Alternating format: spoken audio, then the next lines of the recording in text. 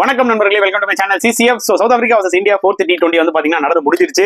இந்த ஒரு particular T20 மேட்ச்ல இந்தியா 135 ரன்ஸ் வித்தியாசத்துல வின் பண்ணி சீரிஸையும் 3-1 சொல்லி வின் பண்ணிட்டாங்க. சவுத் ஆப்பிரிக்கா ரொம்ப disappoint ஆயிருப்பாங்க. they had a very bad series தான் சொல்ல முடியும். சோ டாஸ் வின் பண்ணி சூரியகுமார் யாதவ் பேட்டிங் எடுத்தாரு. 283 for 1 in 20 overs. மரண பேட்டிங் ஃப்ரம் இந்தியா. இது அவங்களோட செகண்ட் ஹையஸ்ட் ஸ்கோர் T20ஸ்லயே.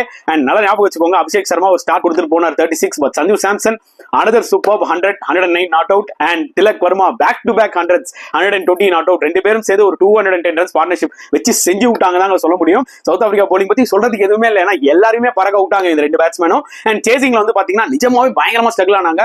பாத்துக்கோங்க, 146 ரன்ஸ் ஆல் அவுட் ஆயிட்டாங்கன்னா பாத்துக்கோங்க. 135 ரன்ஸ் வித்தியாசத்துல தோத்தது it's huge loss.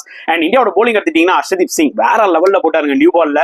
Especially Henriques wicket இருக்கட்டும், முக்கியமா அந்த கிளாசன் விக்கெட் இருக்கட்டும், அதெல்லாம் அன்பிளேபிள் டெலிவரி. அந்த ஒரு டிபிக்கல் லெஃப்ட் ஹேண்டரோட விக்கெட்டுங்க, அது பால் இன்ஸ்விங் ஆகி எடுத்தது. ஸோ இந்தியாவோட டாமினேஷன் இந்த சீரீஸ்ல சொல்லணும்னா வேற லெவல்ல இருந்துச்சுன்னு சொல்ல முடியும்.